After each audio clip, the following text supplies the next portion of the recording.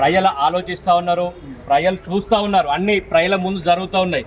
ఈరోజు అధికారాన్ని అడ్డుపెట్టుకొని ఎంతకైనా ఏ రకంగానైనా ముందుకు పోవచ్చు, ఏదైనా చేయొచ్చు అనేటువంటి ఆలోచన ఏదైతే ఉందో దాన్ని ప్రజలు ఇయ్యాల వాళ్ళకి కరెక్ట్ అనిపించవచ్చు, కానీ దాన్ని ప్రజలు హర్షించారు. ఎందుకంటే ఒక మాజీ ప్రజాప్రతినిధి, ఇంకొకటి ఏంటంటే ఆయన వయసు రీత్యా కూడా చాలా అనుభవజ్ఞుడు, చాలా వయసు రీత్యా కూడా పెద్దోడు. అంటే అతన్ని అంటే ఒక వ్యక్తి మీదనే ఈ రకంగా జరుగుతుందంటే ఈ యొక్క వీరు అధికారాన్ని అడ్డుపెట్టుకొని రాష్ట్రంలో ఉన్నటువంటి ప్రజలను కానీ మిగతా వాళ్ళకు పడినటువంటి వర్గాన్ని ఏదైతే ఉందో వాళ్ళని ఏ రకంగా ఒత్తిడికి గురి చేస్తున్నారు అనేటువంటిది కొండారెడ్డిపల్లె జరిగినటువంటి సంఘటనే ఉదాహరణ. ఎందుకంటే సుమారుగా ఇప్పుడు ఈరోజు కనీసం మరణ వాంగ్మూలం ఇచ్చినప్పటికీ కూడా కేసు నమోదు చేయలేదంటే వ్యవస్థ ఎక్కడ ఉంది? అసలు మనం రాజ్యాంగంలోనే ఉన్నామా, ప్రజాస్వామ్యంలోనే జీవిస్తున్నాం అనేటువంటి విషయం ప్రజలు ముక్కున వేలేసుకుంటున్నారండి.